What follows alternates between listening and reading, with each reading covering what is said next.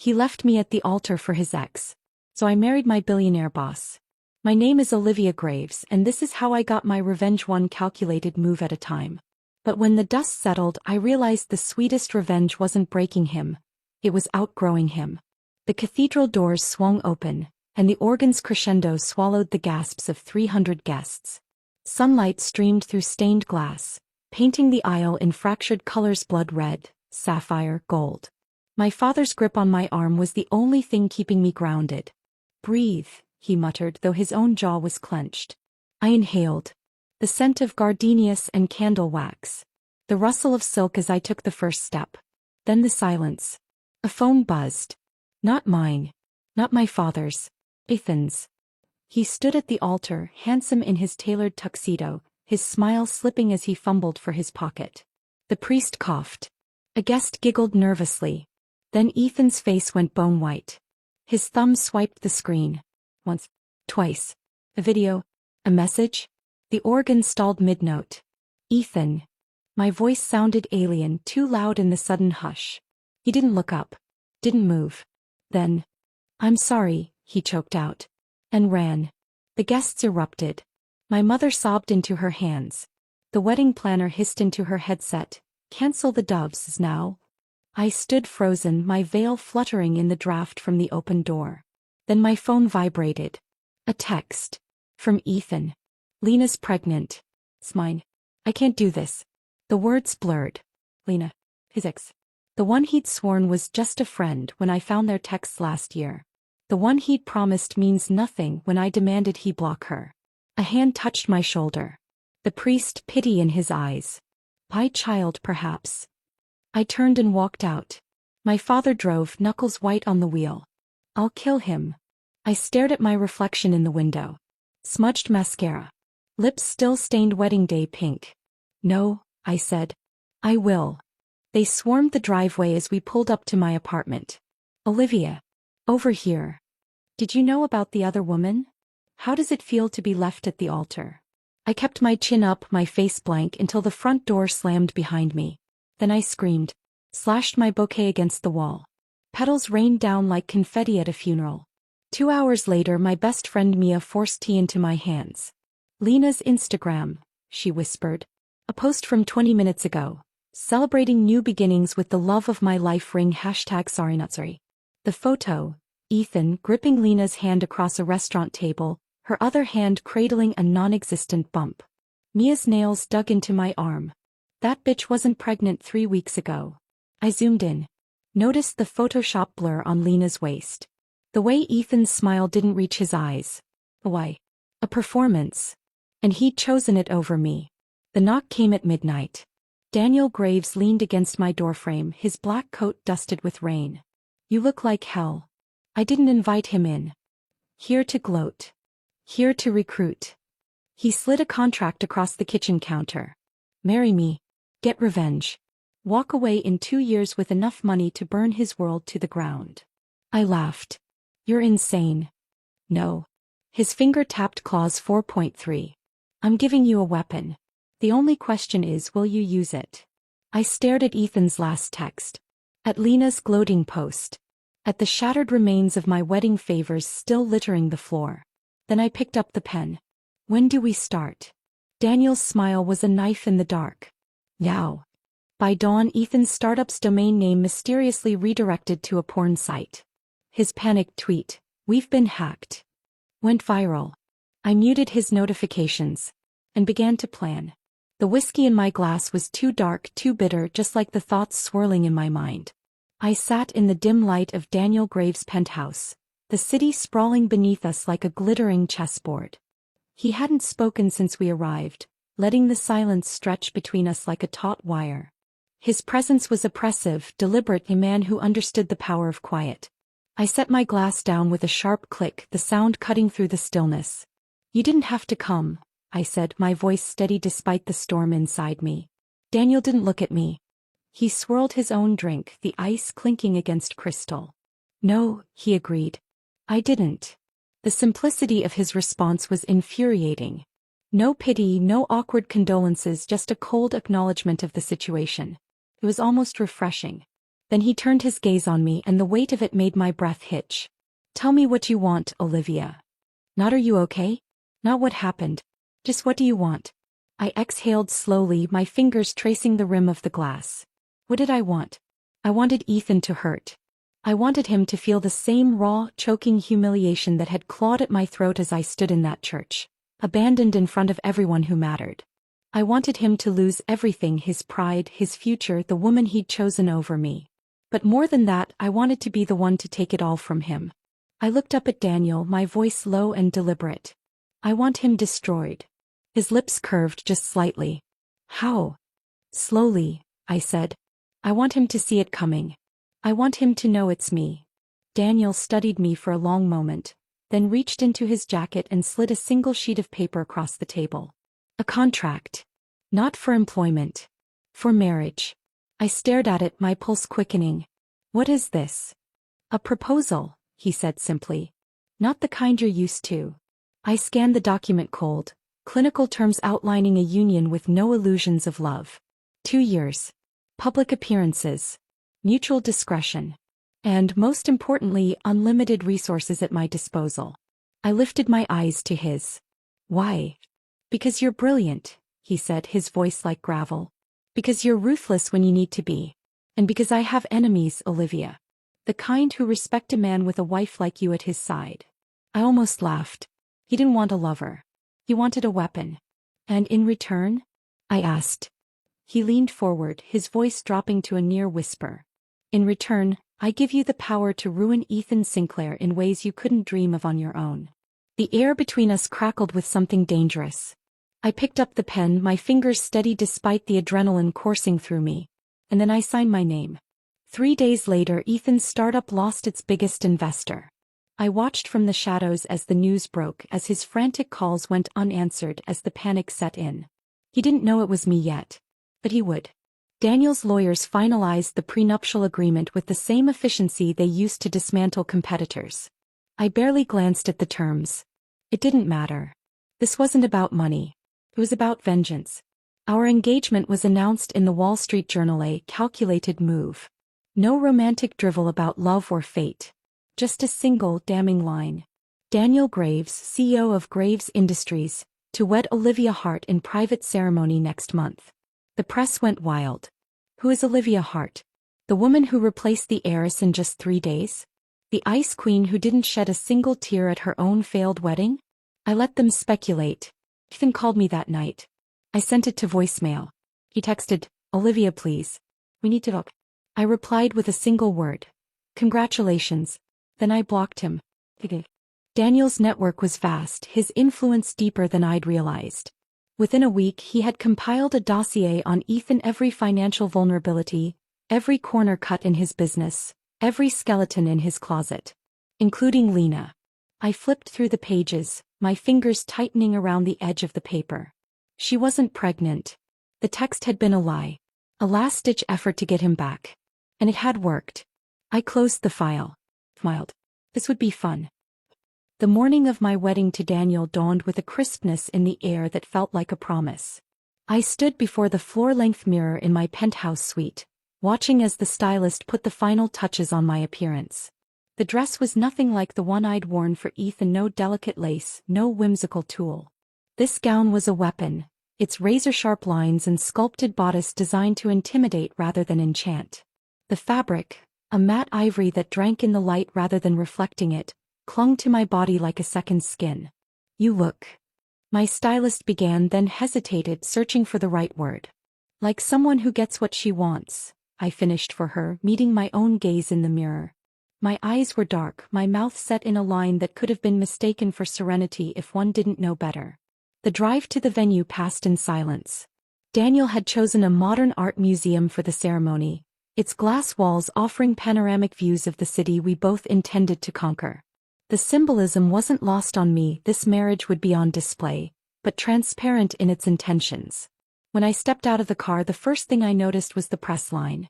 Dozens of cameras flashed, their rapid-fire clicks creating a strobe effect that made the moment feel surreal. I didn't smile for them. I walked with my chin level, my shoulders back, my pace measured. Let them speculate about the woman who could go from jilted bride to Graves' fiancée in less than a month. Inside, the ceremony space was a study in minimalism. White orchids floated in glass cylinders, their reflections doubling in the polished marble floors.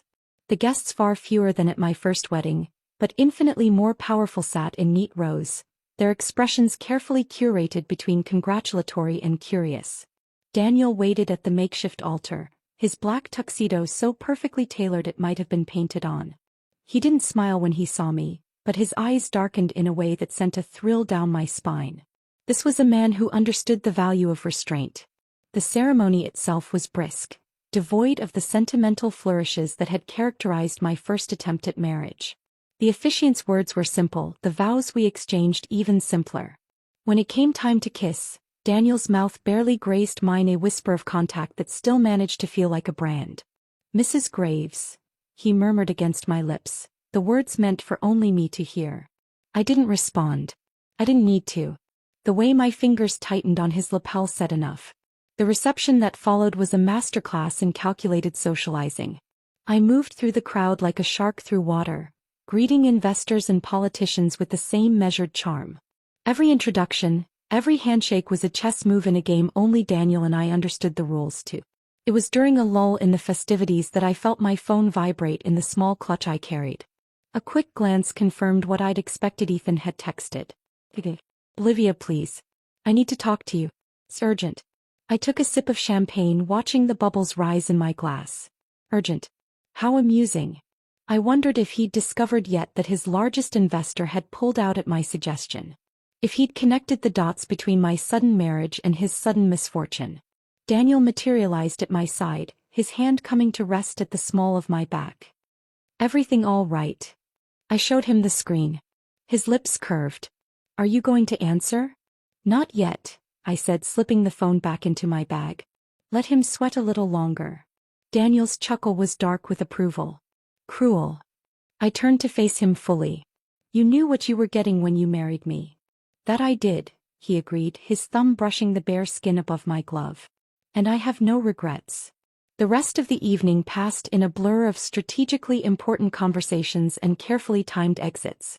By the time we left, the press had gotten the shots they needed. The new Mrs. Graves, cool and composed, her hand resting lightly on her husband's arm. The picture of power coupled. Our wedding night wasn't spent in some lavish honeymoon suite. Instead, we returned to Daniel's penthouse, where a dossier on Ethan's remaining business connections waited on his desk. "Venture capital partners pulled out this afternoon," Daniel said, pouring us each a drink. "That leaves him with only one major backer." I took the offered glass, letting the whiskey burn its way down my throat. "James Waltham." Daniel nodded. "Family friend. Old money. Loyal." I swirled the amber liquid in my glass. "Not for long." The look Daniel gave me then was equal parts admiration and warning. "You're enjoying this." "I am," I admitted without shame. "But we're just getting started." Across the city, Ethan was no doubt scrambling to salvage what was left of his company, of his reputation, of his life. And I was just beginning to play. The invitation to James Waltham was crafted with surgical precision, thick ivory cardstock, embossed lettering, the subtle sheen of the Graves Industries logo in the corner. It was an offer he couldn't refuse, not if he wanted to keep his place in the city's power structure. I watched from the balcony as his car pulled up to our Fifth Avenue penthouse, his nervous energy visible even from 6 stories up. He adjusted his tie 3 times before reaching the door. Daniel stood beside me, his fingers trailing absently along the stem of his wine glass. "He looks like a man walking to his own execution." I smiled. "How perceptive of you." The elevator dinged softly, announcing Waltham's arrival. By the time we made our way to the dining room, he was already seated, his hands folded tightly on the linen tablecloth. The chandelier above cast sharp shadows across his face, accentuating the new lines of tension around his mouth. "James," Daniel said, all warmth and charm as he took his seat at the head of the table. "So glad you could join us." Waltham's smile was strained. "Wouldn't miss it."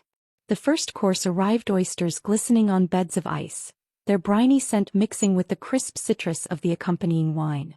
I watched as Waltham struggled with his, the shell clattering against his plate. Tell me, James, I said, dabbing my lips with the napkin, how long have you known Ethan Sinclair? The question caught him mid-bite. He swallowed hard. Since he was a boy. His father and I were business partners, Daniel finished for him. Yes, we know. I leaned forward slightly. And do you always reward loyalty with financial backing? Regardless of questionable business practices. Waltham's fork hit the plate with a sharp clink. I don't know what you're implying. Daniel didn't bother with subtlety. He slid a manila folder across the table. Inside, the documents were damning Ethan's inflated revenue projections, the creative accounting, the pending lawsuits that hadn't yet hit the press. Waltham's hands shook as he flipped through the pages. This can't be right. It is, I said. And if you're still backing him when this goes public next week? I let the implication hang in the air between us. The second course went untouched. By the time dessert was served, a dark chocolate torte that suddenly seemed too rich, too heavy. Waltham had excused himself, citing a sudden illness. Daniel watched the elevator doors close behind him. That was almost too easy. I swirled my wine. He'll pull his funding by morning. And when Ethan comes crawling to you? I set my glass down with deliberate care. Then the real fun begins. Lena's Instagram post went viral by noon the next day.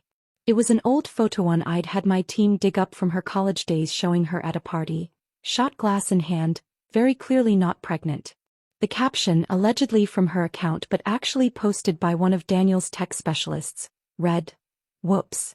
Guess the baby was just too many tequila shots. Hashtag fake bump, hashtag wedding crasher." The internet exploded. Memes proliferated. News outlets picked up the story with gleeful schadenfreude. By evening, Lena had deleted all her social media accounts, but it was too late. The screenshots lived forever. My phone buzzed with Ethan's fifth call of the day. This time I answered. His voice was raw. "Olivia, what the hell? Did you really think I wouldn't find out?" I kept my tone light, almost conversational. That I wouldn't dig into her little story? A beat of silence. Then quieter. "You set this up." I laughed. "Oh, Ethan. You have no idea what I've set up." Daniel found me later that night in the library, reviewing the latest reports on Ethan's crumbling company. "You're playing with fire," he said, taking the papers from my hands. I arched a brow. "You're just now realizing that?" He studied me for a long moment, his gaze unreadable. "Revenge is best served cold, Olivia. Not frozen solid." I stood, closing the distance between us. "Then consider me the Arctic." For the first time since we'd met, I saw something flicker in Daniel's eyes, not concern, not disapproval, but something far more dangerous. Respect. Ethan showed up unannounced 2 days later, his usually perfect hair disheveled, his eyes bloodshot. The doorman called up, but I already knew he'd come. Desperation made people predictable. Daniel answered the door. "Sinclair." Ethan barely glanced at him. "I need to talk to Olivia." I appeared behind Daniel, my silk robe cinched tight. "You have 30 seconds. Ethan's jaw worked. "Please. I'm losing everything." I tilted my head. "And? Call off your dogs. The investors, the bad press." I laughed, the sound sharp as broken glass. "Or what, Ethan? You'll leave me at the altar again." His face crumpled. "I made a mistake." "No," I said softly. "A mistake is adding too much salt to the soup. What you did." I stepped back, reaching for Daniel's hand. "That was a choice." The door closed in Ethan's face. Through the wood, I heard his fist connect with the wall, then the muffled sound of what might have been a sob. Daniel pulled me against him. Satisfied. I listened to Ethan's retreating footsteps. Not even close. The envelope arrived at Ethan's apartment by courier, thick, cream-colored paper with the Graves Industries logo embossed in silver. I knew he would recognize it immediately. The last time he'd seen that insignia was at our wedding reception, when he'd crashed it like a desperate ghost of my past. Now it was being delivered to his doorstep like a life raft. Or a noose. I watched from the surveillance feed Daniel's security team had set up across the street as Ethan tore open the envelope with shaking hands. His apartment was a far cry from the sleek high-rise he'd leased at the height of his startup success. This place had peeling wallpaper and a flickering overhead light that made the shadows in his hollowed-out cheeks look even deeper. The letter inside was simple. "Mr. Sinclair. Graves Industries is expanding its tech division and requires someone with your expertise. The attached offer includes a signing bonus sufficient to cover your immediate debts and a salary that will keep your creditors at bay. Report to our headquarters Monday at 8 a.m. sharp. Regards, Olivia Graves, VP of Strategic Development. No sentiment. No gloating. Just cold, hard numbers on the attached contract numbers that were just generous enough to be believable, but not so generous as to raise suspicion. Ethan's hands trembled as he read it. Then he laughed a broken, disbelieving sound and reached for his phone. My own buzz seconds later. Is this some kind of joke? His voice was raw, stripped down to the bone. I leaned back in my office chair, swirling my morning coffee. Do I sound like I'm laughing? A beat of silence. Then quieter. Why? Because you're good at what you do, I said simply. And we need someone who isn't afraid to get their hands dirty. Another pause. I could practically hear him warring with himself, pride versus desperation. Desperation won. I'll be there Monday. The line went dead. I smiled. The Graves Industries headquarters was a steel and glass monument to power, its lobby floor so polished it reflected the terrified faces of those summoned to its halls. Ethan looked like a man walking to the gallows as he stepped off the elevator on the 42nd floor Monday morning. I met him at the reception desk, my black pencil skirt and stiletto heels a far cry from the wedding gown he'd last seen me in. Right on time. His throat worked as he took in the office, the floor-to-ceiling windows, the hushed murmur of assistants, the way every head turned as we passed. You enjoy this, don't you? Enjoy what? I led him toward the conference room where Daniel waited. Hiring the best talent? The door closed behind us with a soft click.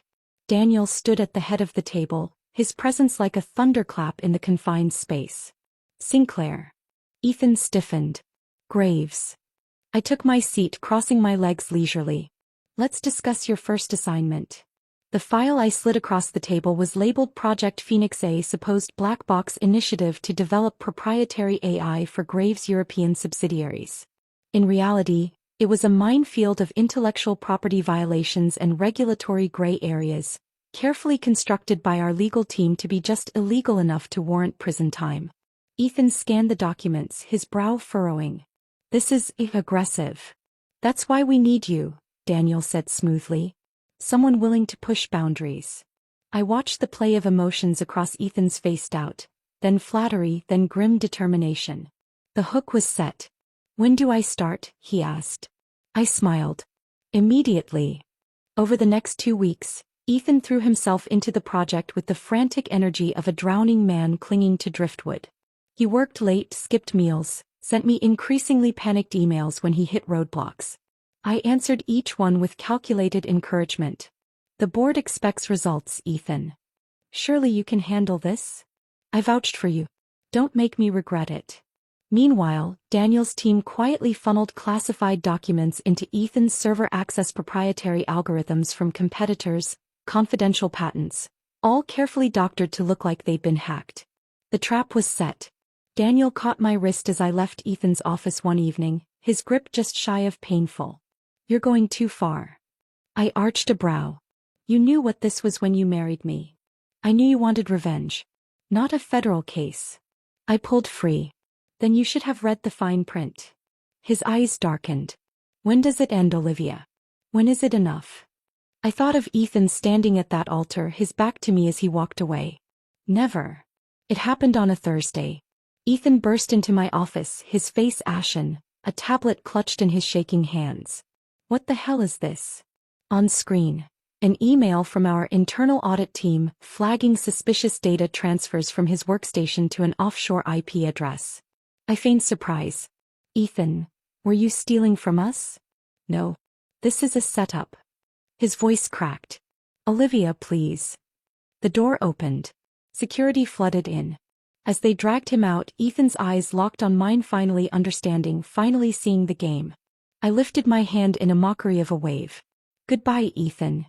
The morning they took Ethan away, I stood at my office window with a cup of black coffee, watching as the news vans swarmed Graves Industries headquarters like vultures circling carrion.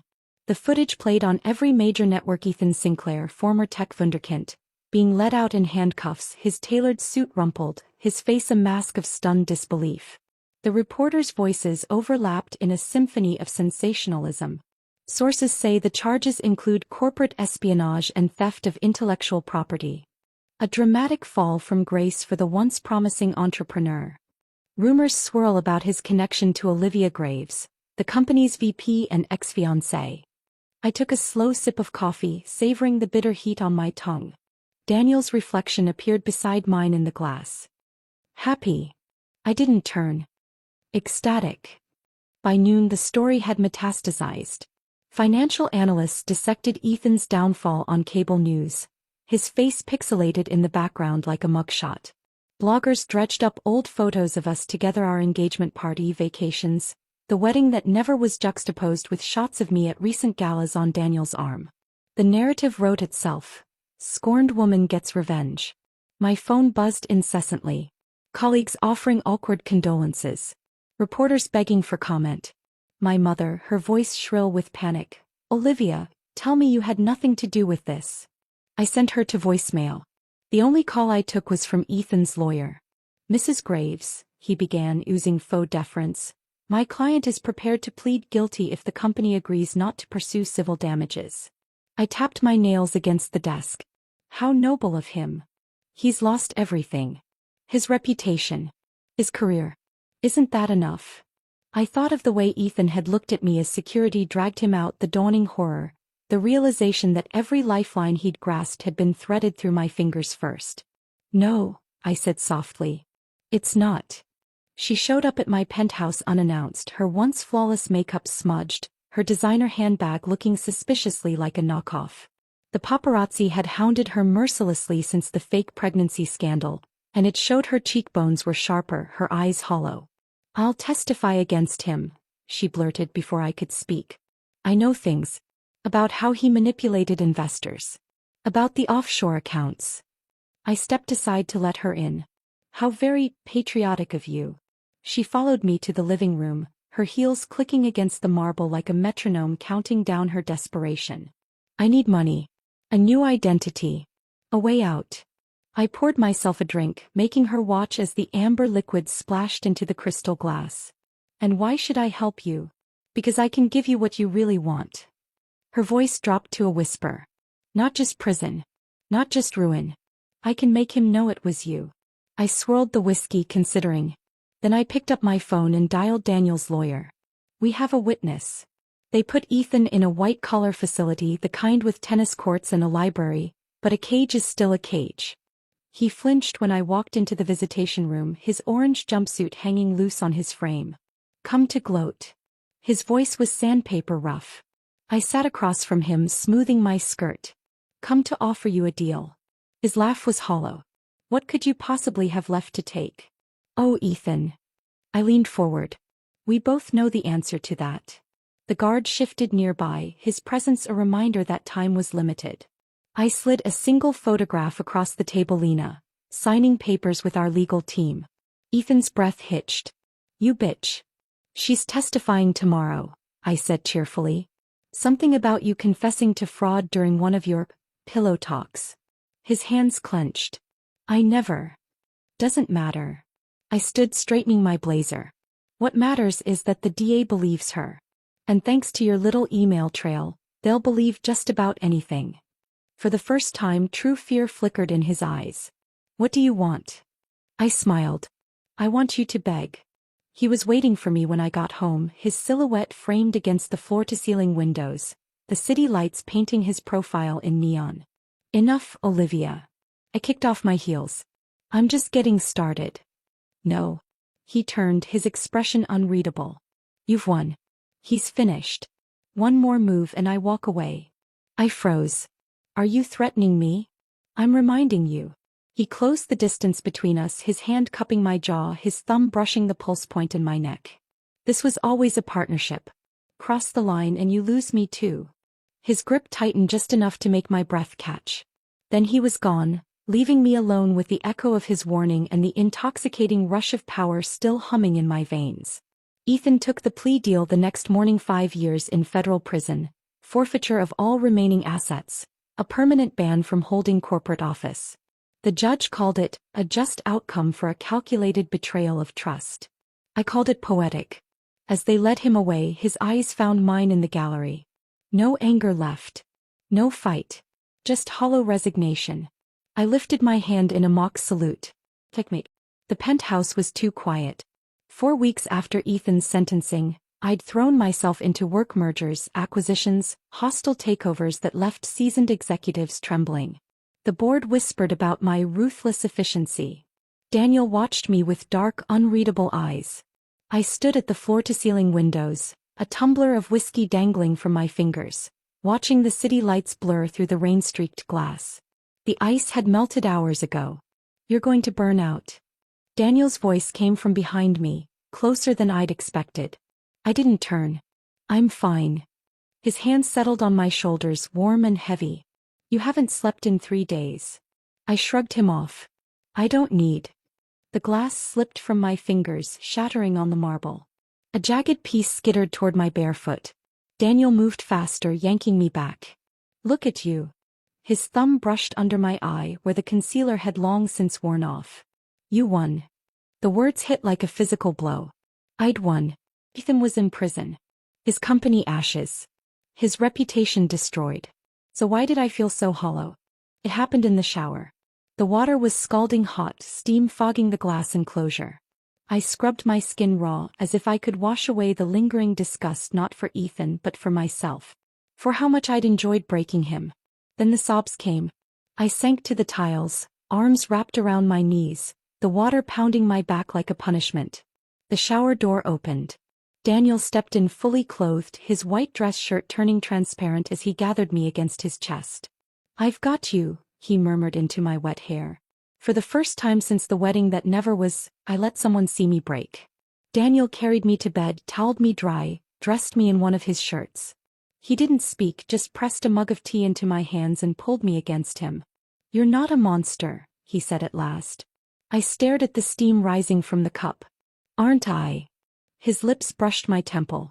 You're a woman who loved too hard and got burned. Now you're learning the difference between justice and cruelty. The truth of it cracked me open all over again. 3 days later I woke with purpose. Daniel watched from the doorway as I dressed in head-to-toe black, his arms crossed. Where are we going? I slid a file across the dresser. Lena's new address.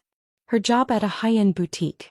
The married hedge fund manager she'd been sleeping with. We aren't doing anything. I met his gaze in the mirror as I applied red lipstick. But I have a debt to collect. His slow smile was all teeth. Lena's apartment was a far cry from the luxury she'd enjoyed as Ethan's fiancée. The elevator smelled like takeout and stale perfume. She opened the door on the third knock, her bleached hair in a messy bun, her silk robe barely covering last night's lingerie. Olivia. Her face went pale. What the F? I stepped inside, kicking the door shut behind me. We need to talk. I didn't touch her. Didn't raise my voice. I simply laid out the evidence, photos of her with the hedge fund manager, his wife's contact information, the boutique's inventory discrepancies that could easily be reported as theft. You have 2 choices, I said, crossing my legs as I sat on her cheap IKEA sofa. Leave the country tonight or I destroy what's left of your life. Her hands trembled around her coffee mug. You can't. I can. I stood, adjusting my gloves. And unlike Ethan, I won't lose sleep over it. The door clicked shut behind me. On the street, Daniel waited in the idling town car. He didn't ask how it went. He just took my hand and kissed my knuckles. Home. I leaned my head against his shoulder. Home. The morning sun filtered through the sheer bedroom curtains, painting golden stripes across the rumpled sheets where I lay curled against Daniel's chest. His steady heartbeat beneath my ear was a grounding rhythm after months of turmoil. I traced idle patterns across his bare chest, marveling at the unfamiliar sense of peace that had settled over me since Lena's departure from the city.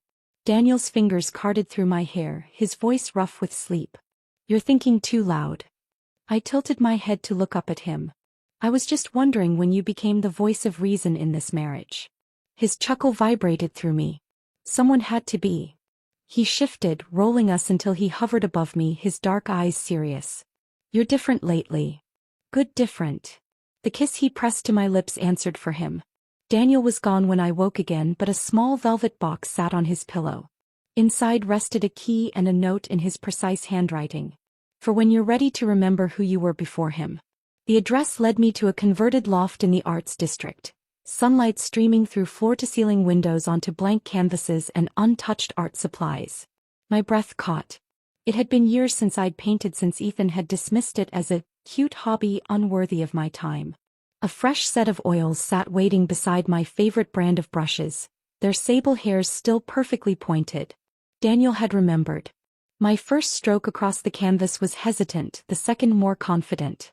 By the third, something long buried in my chest began to unfurl. I was mixing cerulean with a touch of white when the intercom buzzed. The gallery owner downstairs announced an unexpected guest. Isabelle Laurent, Ethan's former assistant and the only person from my old life who'd never judged me. She looked older than I remembered, her auburn hair shorter, her eyes wiser. "Olivia," she breathed, taking in my paint-splattered jeans and bare feet.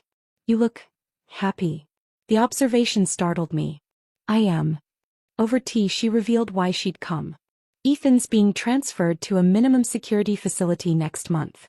He's been writing to me." She hesitated before sliding an envelope across the table.